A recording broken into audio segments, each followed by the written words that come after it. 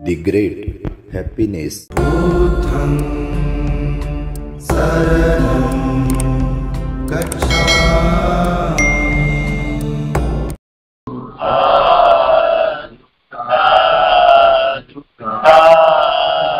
संपूर्ण विश्वाला ज्यांनी सुख शांती मानवता तथा दुःख मुक्तीचा आर्य संदेश दिला, असे ते दुःख मुक्तीचे मार्गदाता दुःख मुक्त महामानव महान कारुणिक तथागत भगवान सम्यक संबुद्ध तथागतांनी आपल्या शुद्ध प्रज्ञेतून निर्मिलेला सद्धम्म आणि त्याच सद्धम्माचा गेली 2500 वर्षांपासून सातत्याने अहोरात्र प्रचार आणि प्रसार करणारा पूजनीय भिक्खू संघ या महान आणि सर्वश्रेष्ठ अशा त्रिरत्नांना प्रथमतः त्रिवार अभिवादन करतो, ज्यांच्या महान आणि असीम त्याग प्रभावामुळे आपल्याला जो हा अनमोल असा बुद्ध धम्म लाभला आणि ज्यांच्यामुळे आपल्याला हे एवढे मोठे वैभव प्राप्त झाले, असे महान युग प्रवर्तक भारतीय राज्यघटनेचे शिल्पकार परमपूज्य बोधिसत्व डॉक्टर बाबासाहेब आंबेडकर या महामानवाच्या महान अशा धम्मक्रांतीमध्ये संपूर्ण जीवनाला समर्पित करून आज या महान मंगलमय सकाळच्या भाद्रपद पौर्णिमा आर्य उपोषक दिनी आपल्या महाकरुणा बुद्धिस्ट मॉनेस्ट्री साजापूर तालुका जिल्हा औरंगाबाद या पवित्र भूमीमध्ये आर्य उपोषक दिनाचे औचित्य साधून नेहमीप्रमाणे ऑनलाईन उपोषक शिबिरामध्ये सहभागी झालेले सर्व श्रामणेर संघ श्रद्धावान उपासक उपासिका प्रत्यक्ष उपस्थित असलेले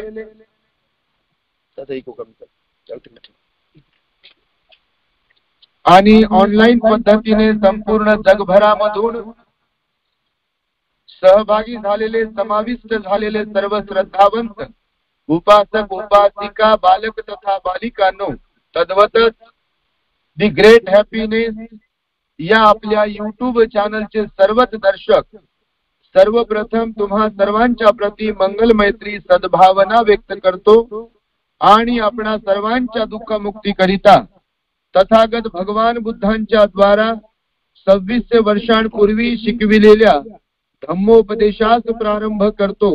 आपण सर्वांनी शांत एकाग्र आणि श्रद्धायुक्त चित्ताद्वारे या अनमोल बुद्धवाणीला आपल्या हित सुखाकरिता श्रवण करावे, ग्रहण करावे।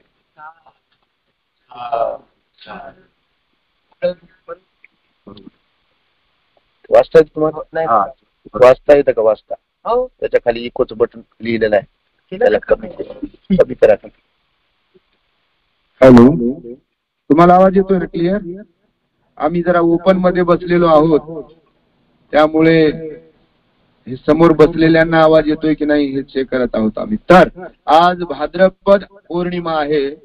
आज वर्षावासास प्रारंभ होऊन 2 महिने पूर्ण झालेली आहेत। आजपासून एका महिन्याने 17 ऑक्टोबर रोजी अश्विन पौर्णिमा येईल। त्या अश्विन पौर्णिमेच्या दिवशी वर्षावासाचा समापन होईल।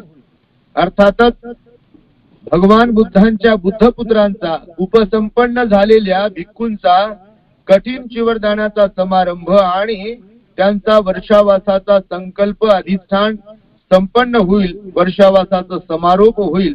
त्यानंतर मग कठीण चिवरदानाचे कार्यक्रम सुरू राहतील। आपला कठीण चिवरदानाचा समारंभ इथे या महाकरुणा बुद्धिस्ट मॉनेस्ट्री या ठिकाणी 20 ऑक्टोबर 2024 रविवार रोजी संपन्न होणार आहे। त्या कार्यक्रमाचं मी आपणास निमंत्रण देतो आहे आणि धम्मदेशनेला प्रारंभ करतो। बघा, भगवंताने सुद्धा आपल्या 45-43 वर्षावास संपन्न केले आहे। पहिला वर्षावास भगवंताचा झाला सारनाथ येथील ऋषीपतन मृगदाय वनामध्ये।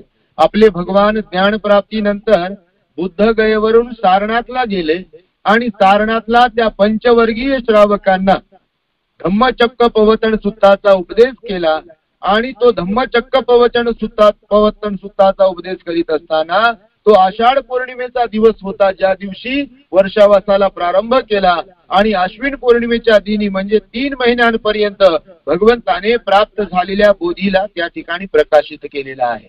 पंचवर्गीय श्रावक किती लोक होते? 5 लोक होते आणि त्यांना मग क्रमाक्रमाने पहिल्यांदा कौंडण्याला ज्ञानाची प्राप्ती झाली म्हणजे ते अरहंत झाले आणि क्रमशः मग अश्वजित, वप, भतीय, महानाम असं करून 5ही त्या श्रावकांना अरहंतत्वाचा लाभ झाला म्हणजे ते निब्बाणाला प्राप्त झाले, दुःख मुक्त झाले आणि भगवान बुद्धाचे 5 शिष्य तयार झाले. यही भिक्कवे म्हणून भगवान बुद्धांनी त्यांना बघा भिक्खूची दीक्षा दिली आणि ते श्रमण असलेले, परिव्राजक असलेले भिक्खू बनले, 5ही ब्राह्मण. आणि त्यानंतर भगवान बुद्धांनी त्यांना तो उपदेश केला. दुःख मुक्तीचं ज्ञान सर्वप्रथम श्रवण करण्याचा मान, बहुमान त्या पंचवर्गीयांना प्राप्त झाल्यामुळे ते महान पुण्यवान ठरले. या बुद्ध शासनासाठी त्यांचं मोठं योगदान ठरलेलं आहे. म्हणून आषाढ पौर्णिमेला बघा भिक्खू संघाची स्थापना झाल्यानंतर वर्षावासाचा सुद्धा आदेश भगवंताने भिक्खूंना दिला आणि मग क्रमशः आषाढ, श्रावण, भाद्रपद, आश्विन असा किती महिन्यांचा कालावधी आहे वर्षावासाचा? 3 महिन्यांचा कालावधी आहे. वर्षावास म्हणजे पावसाळ्याच्या दिवसांमध्ये वास्तव्य करणे एकाच ठिकाणी भिक्खू संघाने आणि त्यामुळे मग भगवंताचा तसा आदेश होता पावसाळ्यात होणारं नुकसान भिक्खू संघाचं, शेतकऱ्यांचं होऊ नये म्हणून वर्षावासामध्ये अधिष्ठानपूर्वक भिक्खूंनी एकाच ठिकाणी थांबावं. तर भाद्रपद पौर्णिमेला काही महत्वपूर्ण घटना घडलेल्या आहेत बघा. आज उपोषण दिन आहे. तुम्ही पुण्यवान आहात. आज आमच्या पुण्यातील, निगडी येथील श्रद्धावान उपरवट आई बाबा यांचा सुपुत्र गौरव तो निघून गेल्या कारणाने त्याचा आज स्मृती दिनाच्या प्रीत्यर्थ आपल्या महाकरुणा बुद्धिस्ट मॉनिस्ट्री या ठिकाणी गौरव दादाच्या स्मरणार्थ त्याच्या सुगतीकरिता, पंचोपादान स्कंदांच्या सुगतीकरिता भिक्षू संघास भोजनदानही देण्यात येणार आहे आणि पुन्हा दुपारी मग जाहीर धम्मदेसना होईल. परंतु ही ऑनलाईनची धम्मदेसना थोडक्यात आपल्याला दिली जाईल. तर भाद्रपद पौर्णिमेचं थोडक्यात महत्व मी विशद करतो आहे. भाद्रपद पौर्णिमेला 2 महत्वाच्या घटना घडल्या, बाकी पण घटना घडलेल्या आहेत, पण मी आता 2 घटनांवरती थोडा प्रकाश टाकणार आहे. पहिली घटना म्हणजे अशी घडली आहे, भगवान आपले वर्षावासासाठी कोसंबीला आले होते. कोसंबी नगरी होती भगवंताच्या काळात, आताही आहे. त्या कोसंबीला भगवान बुद्ध वर्षावासासाठी वेगवेगळ्या ठिकाणी भगवान जायचे. भगवंताचे वर्षावास अनेक ठिकाणी झालेले आहेत आणि कोसंबीला भगवान जेव्हा वर्षावासासाठी गेले तेव्हा तिथे गेले असता भिक्खू संघामध्ये वाद निर्माण झाला. भगवंताचे शिष्य, आता भगवंताने सांगितलंय माणसं तेवढ्या प्रवृत्ती आहेत, कपडे बदलले म्हणजे माणसं बदलतीलच असा काही विषय नाही आहे. म्हणून आम्ही नेहमी सांगतो कपड्यावर, दिसण्यावर जाण्याचा काही विषय नाही. कोणी फार गोरगोमटा आहे म्हणजे फार सिलवान, गुणवान, धार्मिक असेल, श्रद्धावान असेल, फार लवचिकता असेल त्यांच्यामध्ये, असा काही विषय नाही. नाकडोळे फार चांगले आहेत बा, फार श्रीमंत घरचे आहेत म्हणून फार चांगले असतील, फार चांगल्या घरामध्ये जन्मलेत, फार शिकले सवरलेले आहेत म्हणून चांगलेच असतील, सिलवान गुणवानच असतील, असा काही विषय नाही. आणि कोणी काळं असेल, कोणी नकट चपट असेल, उंची कमी जास्त असेल आणि म्हणून फारच ते एकदम दोषीच आहेत आणि फारच दुराचारी आहेत असाही काही नेम नाही आहे. कारण दिसण्याचा, धनाचा, श्रीमंतीचा आणि आचरणाचा, स्वभावाचा दूर पर्यंत काही संबंध नाही आहे. कारण भगवान बुद्ध म्हणाले स्वभाव कुणाचा कसा असेल हे ज्याच्या त्याच्या आचरणावर अवलंबून आहे.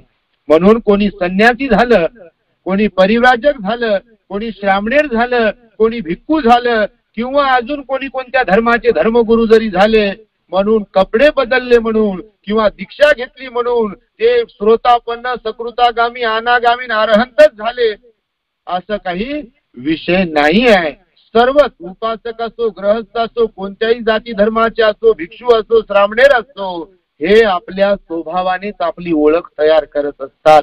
म्हणून भगवान बुद्ध म्हणाले ज्यांचा आपल्या वाणीवर संयम आहे, ज्यांचा आपल्या मनावर संयम आहे, ज्यांचा आपल्या कायेवर शरीरावर संयम आहे तेच खऱ्या अर्थाने श्रमण आहेत, तेच खऱ्या अर्थाने श्रद्धावान आहेत, तेच खऱ्या अर्थाने आचरणिक धम्म उपासक उपासिका आहेत. आणि त्यामुळे भगवंताच्या काळामध्ये त्या कोसंबीला राहत असताना जेव्हा भिक्खू संघामध्ये वाद झाला, आणि वाद म्हणजे असा काही मारामारी भांडण वगैरे झाला नाही, थोडी आता संन्यासाचा वाद जो असतो म्हणजे जे सिलवान गुणवान असतात तो त्यांच्या लेवलचा असतो, आणि रोज डंका पिटणारे जे असतात तुला पाहून घेतो आणि एकदम भांडे आपट आदळ काठी उचल काय तापटेने मार लाथेने मार, त्यांचा वाद वेगळाच असतो नाही का. तर वादामध्ये फरक असतो. सुज्ञांचा वाद वेगळा असतो, सुज्ञा लोकांचं शहाण्या लोकांचं भांडण वेगळं असते, आणि गळे गुजरे जे लोक असतात एकदम बिलकुल दुराचारी जे लोक असतात त्यांचं भांडण फार वेगळंच असते बघा. आणि त्यामुळे त्या भिक्खूंमध्ये वाद झाला विनयावरून. विनय नियम भगवंताने सांगितले ना आपल्या, तर त्या विनयावरून वाद झाला. आम्ही हे विनय पाळणार, हे विनय आम्ही पाळणार नाही, हे जास्त कष्टदायी आहे ते विनय पाळणार नाही. आता संन्याशांना वाटते, आता आमच्या सामनेरांना वाटते, भिक्खू नाही वाटते किंवा सकाळी कुठं उठायचं असते का एवढ्या 4 वाजता उठून काय करायचं. आता वाटायला काय नाही ना, वाटायला बिलकुल जाते. आता तुमच्या ते बसल्या तुमच्या घरातून, आता हे कुठून जगभरातून ऑनलाईन लोक आहेत, तुम्ही प्रत्यक्ष आहात. ते पाटील सर वगैरे रात्री 12-1 वाजता आले, उठले सकाळी, तर श्रद्धा असेल तर काही वाटत नाही, पण श्रद्धा नसेल तर बिलकुल काय उठवलंय सकाळी बसवलंय थंडी तिथे असे वाटते. बिलकुल झोपू द्यायचं काय सकाळी लावलं. आता हे ज्यांच्या घरात सुरू असेल त्यांच्या घरात कोणी एकदम तापासारखं झोपून असेल समजा, त्यांना जर कधी आमचा आवाज जात असेल आणि त्यांच्या श्रद्धा नसेल तर ते म्हणत असेल मम्मीनं काय लावलंय, पप्पानं काय लावलंय. कधी कधी होते असं. त्या दिवशी एका ठिकाणी गेलो बघा कार्यक्रमाला, तर एक महिला मंडळ सांगत होतं, म्हणतेजी शेजारी काही लोक राहतात आमच्या, त्यांनी आमच्यावर केस केली, कार्यवाही केली. कारवाई कशासाठी केली, तर ते म्हणतात की बाया माणसं विहारात येणारे सकाळीच उठतात आणि भोंग्या लावतात आणि भोंग्यावर वंदना म्हणतात 5-6 वाजता. आता ते किती दोषी असतील, किती विकारग्रस्त असतील, किती मनानं मळके असतील ह्याचा तुम्ही विचार करू शकता. म्हणजे बुद्धाची वाणी कर्णपटलावरती पडणं ही किती मोठी पुण्याची गोष्ट आहे. विहार घराच्या बाजूला असणं ही किती मोठी गोष्ट आहे. बुद्धाची वाणी ऐकायला मिळेल आपल्याला वारंवार पुन्हा पुन्हा भोग्याच्या माध्यमातून, त्या स्पीकरच्या माध्यमातून किंवा प्रत्यक्ष, हे किती पुण्यदायी आहे. अहो लोक किती दुरून वाणी ऐकण्यासाठी इथे येतात. आता आम्ही अनुभवतो बघा, किती हजारो रुपये खर्च करून कुठून लोक इथे गाड्या भरू येतात भंतेजींचं प्रवचन ऐकण्यासाठी किंवा बुद्धाची वाणी ग्रहण करण्यासाठी, उपसद ग्रहण करण्यासाठी, किंवा लोक किती लांब पर्यंत कुठेही जातात. आणि काही लोक जे मनाने मळलेले असतात ते मात्र भगवंताची वाणी ऐकण्यासाठी आम्हाला नको म्हणतात. म्हणजे आणि विशेष म्हणजे बौद्ध असून सुद्धा देखील आता ही जी प्रवृत्ती आहे ही प्रवृत्ती आहे अत्यंत अज्ञानी आणि मूर्खपणाची भगवंताने म्हटलेलं आहे. म्हणून जेव्हा त्या भिक्खूंमध्ये वाद निर्माण झाला तेव्हा आपले भगवंताने अनेक गोष्टी शिकवल्या बघा. आणि मग भगवंताने त्यांना समजवण्याचा प्रयत्न केला. आता बुद्धांनी समजून सांगून जर कोणी ऐकत नसेल तर तुम्ही कल्पना करू शकता की त्या लोकांची प्रवृत्ती काय असते. शहाण्याला शब्दांचा मार असतो आणि गाढवाला चटऱ्याचा, चापकाचा, फटक्यांचा मार असतो, आणि गाढव तरी सुधरत नाही. हे विशेष. आणि गाढवाचीच काय गोष्ट, बापा माणसं सुधरत नाही, गाढवाची काय गोष्ट करतात, सुधरता काय माणसं. पुन्हा सांगून ऐकून देखील, चांगल्या लोकांनी सांगून देखील म्हणते मी वाकडच राहील, म्हणते मी सुधरतच नाही म्हणते बिलकुल. आणि कुणाचं नुकसान करून घेते, मग स्वतःचं नुकसान करते, स्वतःच्या घरादाराचं नुकसान करते. एक व्यक्ती समाजाचं नुकसान करू शकते. विकार असे असतात म्हणाले भगवान बुद्ध. अविचारीपणा असा असतो, अज्ञानीपणा असा असतो की तो कोणामध्येही उत्पन्न जरी झाला तर त्याचं स्वतःचं तर नुकसान होईलच होईल, पण तो ग्रहस्थ असेल तर त्याच्या कुटुंबाचंही नुकसान होईल. समाजामध्ये जाणारा उठणारा बसणारा असेल तर समाजातही त्याच्या विकारांमुळे, वाईटपणामुळे, वाईट आचरणामुळे नुकसान होईल. आणि संन्यासी जरी असेल तर तो स्वतःचंही नुकसान करतो, त्या वातावरणाचं नुकसान करतो, इतरांचं नुकसान करतो. आणि हे पाप, हे अकुशल कर्म केल्याचा परिणामही त्याला भोगावा लागतो म्हणाले भगवान बुद्ध. परंतु हे समजून सांगत असताना काही भिक्खूंनी ऐकलं नाही. मग भगवंताने विचार केला. भगवंताचं वचन आहे की मूर्खाच्या नादी लागू नये. शहाण्याच्या नादी लागलं तर शहाणे असतील समोरचे लोक तर ते म्हणतील ठीक आहे, सॉरी, चुकलं आमचं आणि आता आम्ही बदलतो. नाही का? पण मूर्खाच्या नादी जर लागलं तर तो मूर्ख ऑलरेडी मूर्ख असतो. त्या मूर्खाला समजून सांगत असेल शहाणा व्यक्ती, चांगला व्यक्ती, आणि तो ऐकत नसेल, आणि शहाणा व्यक्ती जर त्याच्या नादी तरी लागत असेल तर त्या दोघांमध्ये काहीच फरक उरत नाही, दोघे मूर्ख ठरतील. म्हणून भगवंताने सांगितलं की मूर्खाच्या नादी लागू नका, मूर्खांच्या सहवासातही राहू नका, मूर्खाच्या दूरच राहा, 4 हात लांब, सेफ डिस्टन्स ठेवा. मूर्खापासून सेफ डिस्टन्स ठेवलं पाहिजे, कारण मूर्ख व्यक्तीला, अज्ञानी व्यक्तीला स्वतःला समजत नाही की मी मूर्ख आहे, तो मान्यच करत नाही. भगवान बुद्ध म्हणाले, जो मूर्ख असून मान्य करत नाही त्याच्या एवढा मूर्ख दुसरा कोणीच नाही आहे. आणि म्हणून मग त्या भिक्खूंना समजून सांगून देखील सुद्धा काही भिक्खू ऐकत नव्हते. म्हणून भगवंतांनी म्हणून विचार केला की बुद्धाचंच वचन आहे की मूर्खांच्या संगतीमध्ये सोबतीला राहिलं नाही पाहिजे.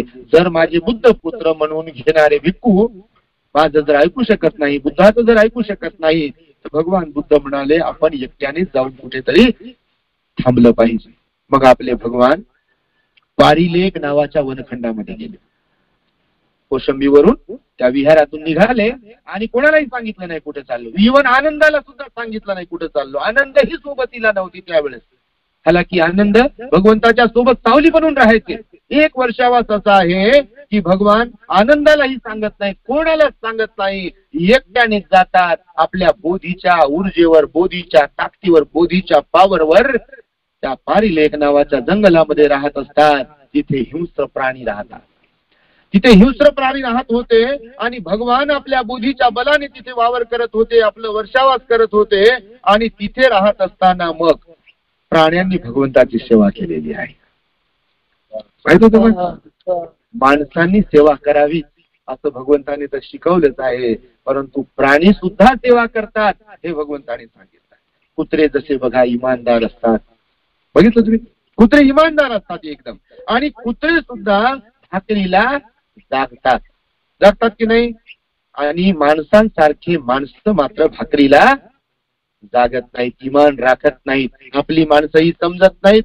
घराचा गोंधळ होत आहे आपल्यामुळे, आपल्या स्वभावामुळे, हट्टी स्वभावामुळे किंवा वाईट वर्तनामुळे, वाईट बोलल्यामुळे. हे लोकांना समजत नाही आणि त्यामुळे घर तुटून जाते बघा बऱ्याचदा, ग्रस्त असतील तर लोकांचं. आणि म्हणून मग भगवान त्या वनखंडामध्ये जातात आणि तिथे राहतात. तुम्ही कधी फोटो वगैरे पाहिले असतील बघा, तर हत्ती भगवंताच्या बाजूला असतात, हरणी भगवंताच्या बाजूला असतात, ससे भगवंताच्या बाजूला असतात, माकडं भगवंताच्या बाजूला असतात. एका माकडाचा फोटो आहे बघा. आजची जी पौर्णिमा आहे ना, तिला भाद्रपद पौर्णिमा म्हणतात, पोठ्ठपाद पौर्णिमा पालीमध्ये म्हणतात तिला, आणि मधु पौर्णिमा सुद्धा म्हणतात तिला. पौर्णिमा काय म्हणतात माहिती आहे? मधु पौर्णिमा. मधु म्हणजे काय होतंय? मधु म्हणजे मध होते.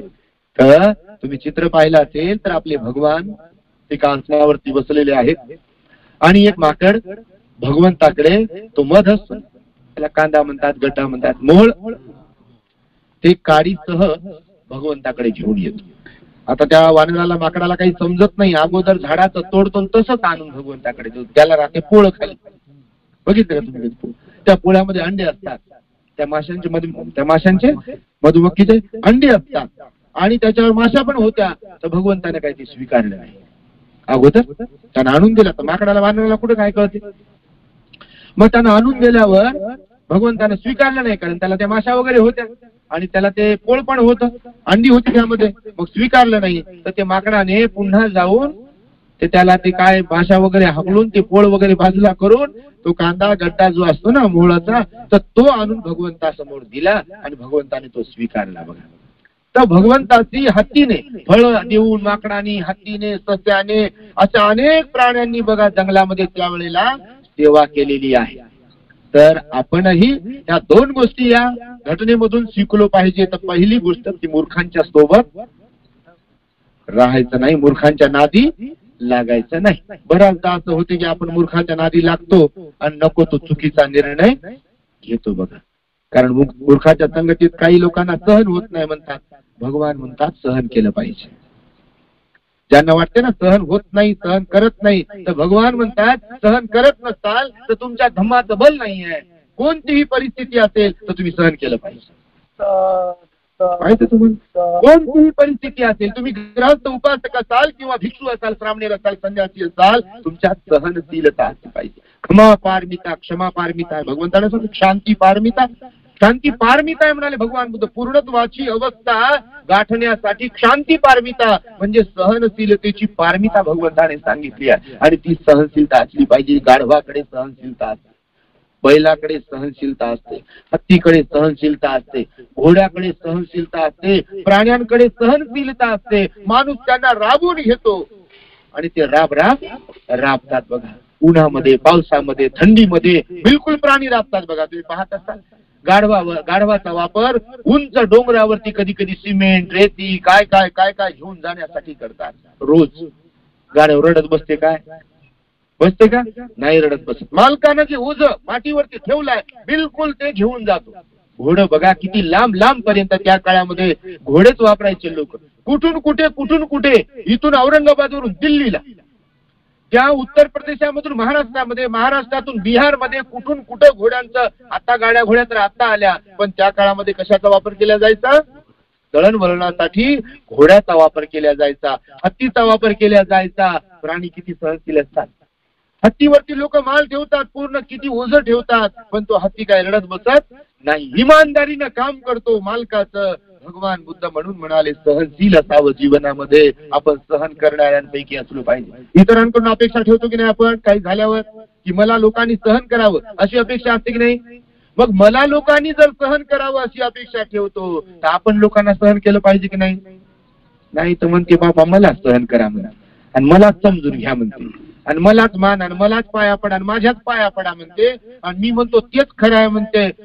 मी कुणाच्या पाया पडणार नाही म्हणते. मी स्वतःहून बोलणार नाही म्हणते. तुम्हीच मला बोला. मी जय भीम करणार नाही म्हणते स्वतः. तुम्हीच माझ्या पाया पडा, तुम्हीच जय भीम करा.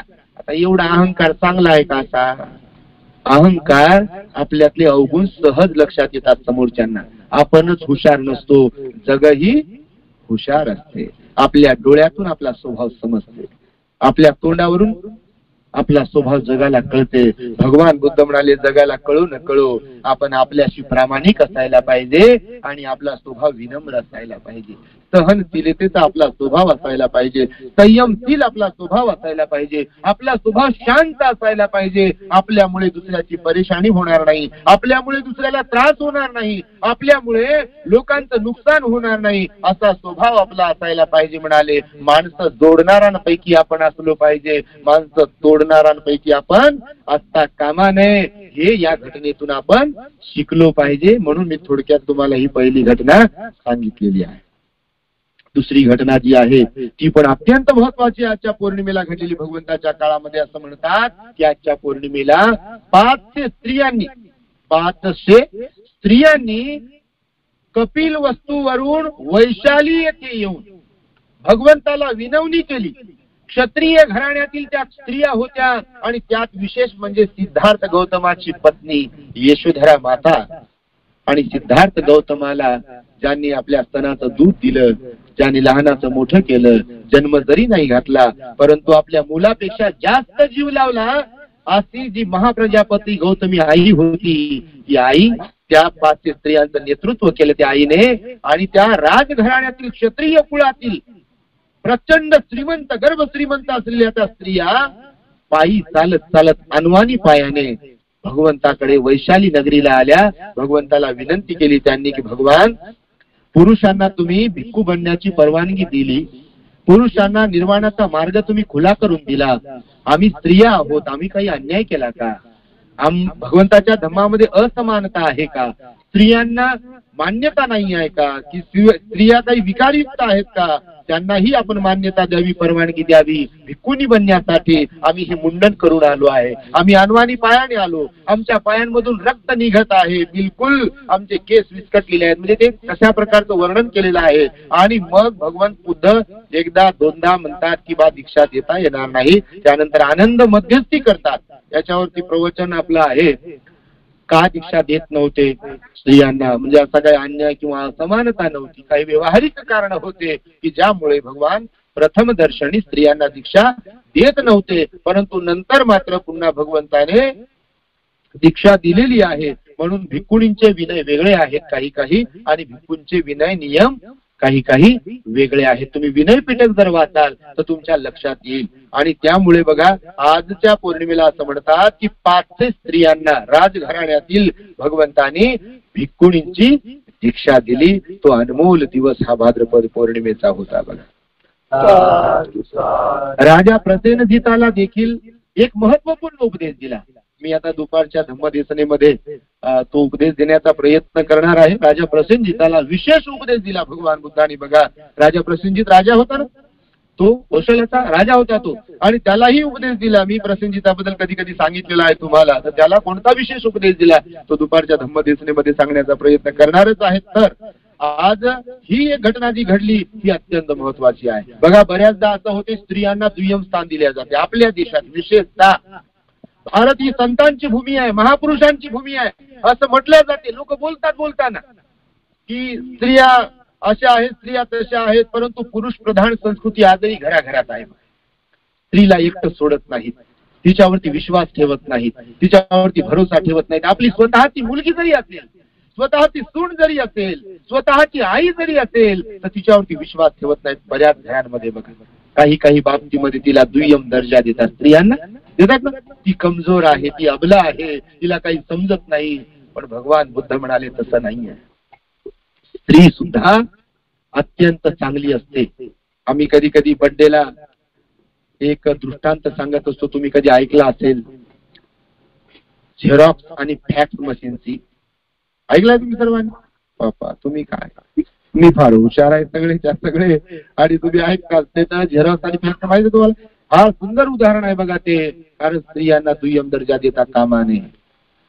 तर सांगतो यासाठी की एकदा असेच प्रसेनजित राजा भगवंताच्या समोर बसले, उपदेश ऐकत होते. भेटण्यासाठी आले भगवंताला, आणि मग एक त्यांचा सैनिक नोकर आला आणि राजाच्या कानामध्ये त्यानं फुसफुस काय केलं. राजाचा मूड चेंज झाला. आता बघा, समजा काही घडते ना आपल्या बरोबर की आपला मूड चेंज होते या चेहऱ्यावर. समजा बसल्या बसल्यात कंबर दुखत असेल, बसल्या बसल्या चहा पिण्याची तलप लागली आहे. सकाळी उठल्यावर हे त्या गौरवला म्हणजे चहा बनवा. मी म्हटलं भूतानं झालं की काय एवढ्या सकाळी चहा पिलाय. इथं ऑनलाईन उपोषणाला वेळ होत आहे आणि हे म्हणजे चहा बनव म्हणजे त्याला. आता सुटल्यावर चहा पिया ना बाबा, ग्लास ग्लास भर. कोण नाही म्हणते तांब्या भरून पिया, कोण नाही म्हणते किती पिया. सकाळी 5 वाजता कुठं चहा म्हणाव का. त्या दिवशी एक जण म्हणे भंतेजी टोपलं भर फळच घेऊन गेले म्हणे सकाळी 4 वाजता 4:30 वाजता खायला. मी म्हटलं बाबा काय करावं, कुठूनच आले असतील, कोणत्या देशातून आले हे ऐकले ना मला. तर बघा, राजाचा मूड चेंज झाला. आपला मूड चेंज होते बघा, वेळोवेळी मूड चेंज होते. झोप आली की मूड चेंज होते बघा, थंडी वाजली की मूड चेंज होते, गरमी झाली की मूड चेंज होते बघा, चेहऱ्याचे हावभावच बदलतात बघा. पण श्रद्धा असेल तर प्रसन्नता कायम राहते. तुमच्या माहितीसाठी, ना कंबर दुखते, ना झोप येते, ना भूक लागते, ना काय होते. जर मनामध्ये श्रद्धा असेल तर आजारही त्रास देऊ शकत नाही, ऊनही त्रास देऊ शकत नाही, थंडी पण त्रास देऊ शकत नाही, पाऊसही त्रास देऊ शकत नाही, आणि आजूबाजूचं वातावरणही त्रास देऊ शकत नाही. श्रद्धा असेल तर. म्हणून श्रद्धा ही फार बलवती आहे, बलवान आहे असं भगवंतानं म्हटलं. आणि श्रद्धा बुद्ध धम्माचा पाया आहे म्हणाले भगवान. मग भगवंताच्या बसलेला प्रसन्न चित्त राजा प्रसेनजित त्या आपल्या नोकराने सेवकाने कानामध्ये येऊन त्या राजाच्या हात जोडून काहीतरी फुसफुस केलं. राजाचा चेहरा पडला. पडला म्हणजे समजते का? पडला म्हणजे असा खाली जमिनीवर नाही, डाऊन झाली बॅटरी. लगेच नाराजच झाला लगेच. मी सांगितलं तुम्हाला, नेहमी सांगतो, इकडं जे काही होते म्हणा त्याचा असर इकडं होते. रिमोट इकडं आहे, त्याचं चित्र इकडं दिसते. आता सीसीटीव्ही कॅमेरे लावले सगळ्या आपल्या महाकरुणा बुद्धिस्ट मॉनेस्ट्रीच्या आवारामध्ये सगळीकडे. आता आम्ही जरी आमच्या भिक्खू निवासात असलो तरी कोणी येते, कोण जाते, आमचे सामने काय करतात, अभ्यास करतात की नाही, काय काय करतात, काय काय नाही, कोण येते, कोण पाहते, कोण बाथरूम कडे जाते, कोण हॉल कडे जाते, कोण विहारात जाते, सगळीकडे बघा एक कंट्रोलर आपल्याकडे कंट्रोल आहे त्याचा. आणि मोबाईल मध्ये याच्यामध्ये टीव्ही वरती ते सर्व दिसते बघा. तर हे आपलं जे आहे ना रिमोट आहे. तर मग राजा प्रसेनजिताचा चेहरा पडला. चेहरा पडल्यावर भगवान भगवान होते समोरच, भगवान बसले. भगवंताने विचारलं, महाराज काय झालं? ऍक्च्युअली भगवंताला सर्वच समजत असते, पण समोरच्याकडून वधवून घेतात भगवान, म्हणजे त्याला समजून सांगता येईल. त्यानं वधव म्हणजे सांगितल्यावर तर त्याने सांगितलं राजाने की भगवान मुलगी झाल्याचा निरोप आलाय. काय झाल्याचा? मुलगी जन्माला आली घरामध्ये. त्या राजाला मुलगी झाली होती, पत्नी गर्भवती होती आणि मुलगी झाली. तर त्याचं तोंड पडलं. तर भगवान म्हणाले मग काय झालं? मग मुलगी झाली तर म्हणजे महाराज भगवान मला अपेक्षित होता, मी राजा आहे, मुलगा झाला पाहिजे, कुलदीपक. आता कोणाचे कुलदीपक कसे वागतात आणि कसे काय काय करतात हे तुम्हाला चांगलं ठाऊक असेल बापा. तरी म्हणते मुलगाच होऊ दे म्हणते. 2, 4, 5 मुली झाल्या तरी वाटच पाहते मुलगाच होऊ दे म्हणते. आता ज्यांचा झालाय एकुलता एक समजा असेल, त्यानं टंका कसा वाजवलाय आणि कसा वाजवते हे तुम्हाला मी सांगायची काही गरजच नाही बापा. सारा घर डोक्यावर घेते. सारा बिघडलेला कार्यक्रम असते काही काही ठिकाणी. तुम्ही नाही, तुम्ही लय चांगले, तुमचे लेकर लय चांगले. तर बघा भगवान बुद्ध तिथे राजाला समजावून सांगतात, महाराज असा विचार नका करू, असा विचार नका करू. मुलगी झाली म्हणून नाराज होऊ नका. मुलापेक्षा मुलगी श्रेष्ठ आहे महाराज. कारण इथे बोधिसत्वाला जन्माला घालणारी स्त्रीच आहे, राजाला जन्माला घालणारी स्त्रीच आहे. जेवढे संत महापुरुष इथे जन्माला आले त्यांना जन्माला घालणारी स्त्रीच आहे. जरी पुरुष आणि स्त्री दोघांमुळे बाळ जन्माला येते, परंतु सर्वात जास्त वेदना, सर्वात जास्त जबाबदारी संस्काराची देखील आणि त्या ओझ्याची देखील कुणावरती असते? स्त्रीवरती असते, त्या आईवरती असते. म्हणून स्त्री ही श्रेष्ठ आहे महाराज. आणि असा विचार करू नका, होऊ शकते की ती स्त्री राजाला जन्माला घालेल, तुमची मुलगी होऊ शकते राजाला जन्माला घालेल, होऊ शकते बुद्ध होणाऱ्या बोधिसत्वाला जन्माला घालेल, होऊ शकते संताला महापुरुषाला जन्माला घालेल, होऊ शकते अरहंत होणाऱ्या भिक्खूला जन्माला घालेल. भगवान महाराज असा विचार नका करू. त्यावर भगवंताने थोडासा त्यांना उपदेश दिला आणि राजाची कान उघडणी केली. राजाने हे मान्य केलं, भगवंताला माफी मागितली, क्षमा मागितली. आणि म्हणून मी हे यासाठी सांगतोय की स्त्रिया सुद्धा श्रेष्ठ असतात, परंतु आपल्या देशामध्ये आजही दुय्यम दर्जा दिला जातो. अनेक लहान लहान लेकरांवरती, तरुण मुलींवरती बलात्कार केला जातो. तुमच्या माहितीसाठी भर चौकात आता कुठेतरी बघा बलात्कार केला, बघा कितीतरी घटना घडतात. एवढी ही शर्मनाक गोष्टी आहेत ह्या सगळ्या. जे लोक म्हणतात ज्या समाजातले की आमचे संत श्रेष्ठ आहेत, आमचे महापुरुष श्रेष्ठ आहे, त्यांना कसं काही वाटत नसेल अशा कोणत्या घटना घडत असताना. किंवा जे लोक म्हणतात आम्ही मंदिरात जातो, आम्ही विहारात जातो, आम्ही मस्जिद मध्ये जातो आणि स्त्रियांवर, घरातल्या स्त्रियांवर अन्याय अत्याचार करत असतील, त्यांच्या एवढा अज्ञानी कोणी नाही आहे. कारण सर्वच संत महापुरुषांनी स्त्रियांना उच्च दर्जा दिलेला आहे. त्यांचं पूजन करावं, त्यांची सेवा करावी, त्यांना प्रेम आपुलकी जिव्हाळा द्यावा असा उपदेश केलेला आहे भगवंताच्या धम्मामध्ये. पटाचार्य सारख्या स्त्रिया बघा, किसा गौतमी सारख्या स्त्रिया बघा, विशाखा आहे, सुजाता आहे, कितीतरी स्त्रिया आहेत ज्यांनी इतिहास रचला आहे आणि इतिहासाचे साक्षीदार बनले आहेत. आणि अनेकांना, असंख्य लोकांना बुद्ध शासनामध्ये ते प्रेरणा देत असतात. आणि त्यामुळे आज या 2 घटनांवरती मी सकाळच्या या मंगलमय प्रहरी प्रकाश टाकण्याचा प्रयत्न केलेला आहे. आणि म्हणून आपण स्त्रियांचा सन्मान केला पाहिजे, मुलींचा सन्मान केला पाहिजे, सुनांचा सन्मान केला पाहिजे, आईचा सन्मान केला पाहिजे, सासूचा सन्मान केला पाहिजे, जावेचा सन्मान केला पाहिजे, नंदेचा सन्मान केला पाहिजे, भाऊजाईचा सन्मान केला पाहिजे. एकूणच लहानापासून म्हाताऱ्या स्त्रियांचा आपण सन्मानच केला पाहिजे. कारण त्यांच्यामुळे आपल्याला आई लाभते. स्त्रीमधूनच आपल्याला आई लाभते, स्त्रीमधूनच आपल्याला बहीण लाभते, स्त्रीमधूनच आपल्याला म्हणजे पत्नी लाभते, स्त्रीमधूनच आपल्याला सगळ्या आजी लाभते. आणि त्यामुळे स्त्रियांचा सन्मान करावा ही एक प्रेरणा या घटनेतून आपण घेतली पाहिजे. कारण भगवंताने स्त्रियांना समान दर्जा दिला आहे. आणि त्यामुळे आजच्या या उपोषण दिनी मी आपणास हा छोटासा उपदेश देतो आहे. 20 ऑक्टोबरला होणारा जो कठीण चिवरदानाचा कार्यक्रम आहे त्या संदर्भात एक 4-2 दिवसात पॉम्पलेट्स निघतीलच. नियम, सूचना आणि दान करण्याच्या संदर्भामध्येही आपण निश्चितच सहपरिवार सर्व महाराष्ट्रामधून कार्यक्रमामध्ये उपस्थित राहालच. त्याचबरोबर दुसरी एक सूचना अशी आहे की येणाऱ्या 15 नोव्हेंबर ते 2-3 डिसेंबर पर्यंत आपला बुद्धगया धम्मदर्शन सहलीचा कार्यक्रम असणार आहे. नेहमीप्रमाणे तेव्हा आपल्याला ती एक सुवर्ण संधी आहे.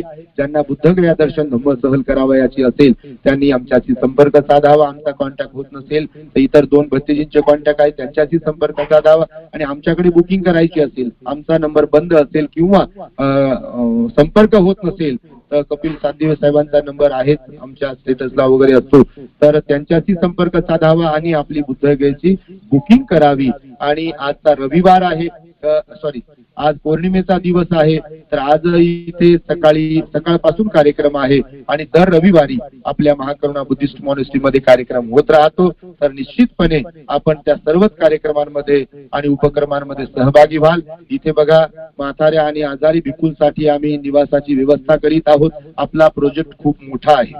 या ठिकाणी चॅरिटी हॉस्पिटलचा प्लॅन आहे आपला, जे अनेक समाजामधले गरीब आणि आजारी लोक असतील, कोणत्याही जाती धर्माचे, की ज्यांचं ऑपरेशन असेल, मेजर ऑपरेशन असेल, किंवा ज्यांना कुठल्याही प्रकारची व्यवस्था नाही आहे, आजारग्रस्त आहेत, पैसे नाही आहेत, अशा लोकांसाठी इथे मोफत हॉस्पिटल आपण निर्माण करणार आहोत. लवकरच त्या हॉस्पिटलची पायाभरणी सुद्धा सुरुवात होईल त्याला. दुसरी गोष्ट, इथे मेडिटेशन सेंटरचाही आपला प्लॅन असणार आहे. वृद्ध भिक्खू जिथे कुठे तुमच्या संपर्कात असतील किंवा ओळखीचे असतील, ज्यांची गैरसोय होते, मी पोस्ट तर टाकतच असतो व्हॉट्सअपवरती, फेसबुकवरती, आपल्या युट्यूब द ग्रेट हॅपीनेस चॅनलवरती, तर आपण अशा भिक्खूंना इथे आणून सोडावं. परंतु ते भिक्खूच असले पाहिजे. केवळ चिवर घालून म्हणजे असं गोंधळ करणारे आणि नको त्या गोष्टी करणारे नसले पाहिजे. भिक्खूच असले पाहिजे. ते ओरिजिनल भिक्खू असले पाहिजे, आयडेंटिफाय झालेले भिक्खू असले पाहिजे, नियमाचं विनयाचं पालन करणारे असले पाहिजे, शिस्तबद्ध राहणारे असले पाहिजे, बुद्ध शासनाची वृद्धी करण्याचा भाव त्यांच्या मनामध्ये असायला पाहिजे. अशा भिक्खूंची, ते आजारी किती असो, कोणताही त्रास असो, तर इथे जर त्यांना घेऊन याल तुम्ही, तर त्यांची आमचे श्रामणेर सर्व सेवा करण्यासाठी, पुण्य करण्यासाठी तयार आहे. त्यांच्यासाठी निवासाचं काम सुरू आहे. याचबरोबर सुगत बोधी भंते जे आपले निघून गेले, त्यांच्या चैत्याचंही बांधकाम सुरू आहे आणि वृद्धाश्रमाचंही काम लवकरच सुरू होईल. नियोजित असा मोठा प्रोजेक्ट आहे आपला. गरिबांच्या मुलांसाठी श्रामणेर दीक्षा देऊन 5वी ते 12वी पर्यंत स्कूल सुद्धा आपण इथे सुरू करणार आहोत. या सगळ्या प्रोजेक्टसाठी आपण सर्वांनी, बाबासाहेबांनी सांगितलंय की कमाईचा 20वा हिस्सा आपण धम्मकार्यासाठी दान दिला पाहिजे. म्हणून आपण संपूर्ण महाराष्ट्र आणि जगभरामध्ये गेलेले आपले जे श्रद्धावान लोक आहेत, त्यांनी दान पुण्य करून महान पुण्य संपादन करत राहावं. बुद्ध शासनाच्या वृद्धीसाठी आपलं दान महान फलदायी ठरणार आहे. आणि म्हणून मी तुम्हाला या ऑनलाईन धम्मदेशनेच्या माध्यमातून हे आवाहन करतोय. निश्चितपणे आपण सुज्ञ आहात, आपली श्रद्धा आपण प्रकट कराल आणि पुण्य संपादन कराल. तेव्हा आजच्या या उपोषण दिनाचं औचित्य साधून या सकाळच्या प्रहरी ही जी ऑनलाईन धम्मदेशना झाली आहे, आर्य उपोषण स्टील तुम्हाला प्रदान केला आहे, तुम्ही ग्रहण केला आहे, तर काटेकोरपणे आपल्या वाणीवर संयम ठेवावा, मनावर संयम ठेवावा, शरीरावर संयम ठेवावा आणि 24 तासापर्यंत, म्हणजे आज सकाळी 6 पासून उद्या सकाळच्या 6 पर्यंत आपण संयमाने राहून या आर्य उपोषणाचं पालन करावं,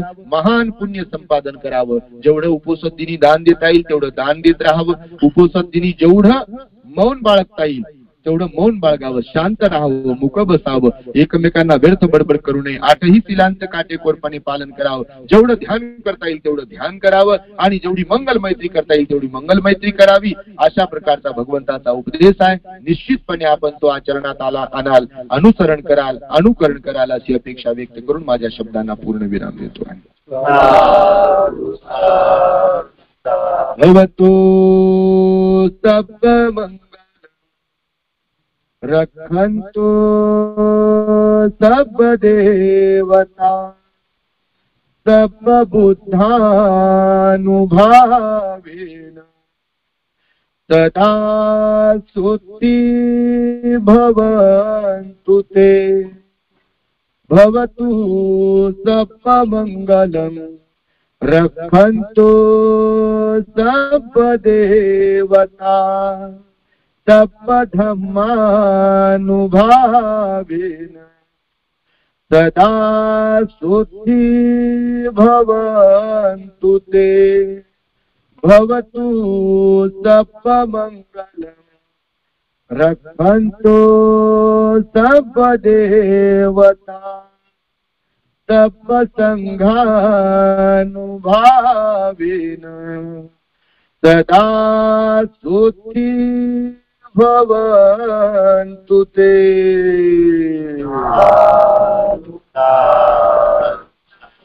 बुद्धं नमामि, धम्मं नमामि, संघं नमामि।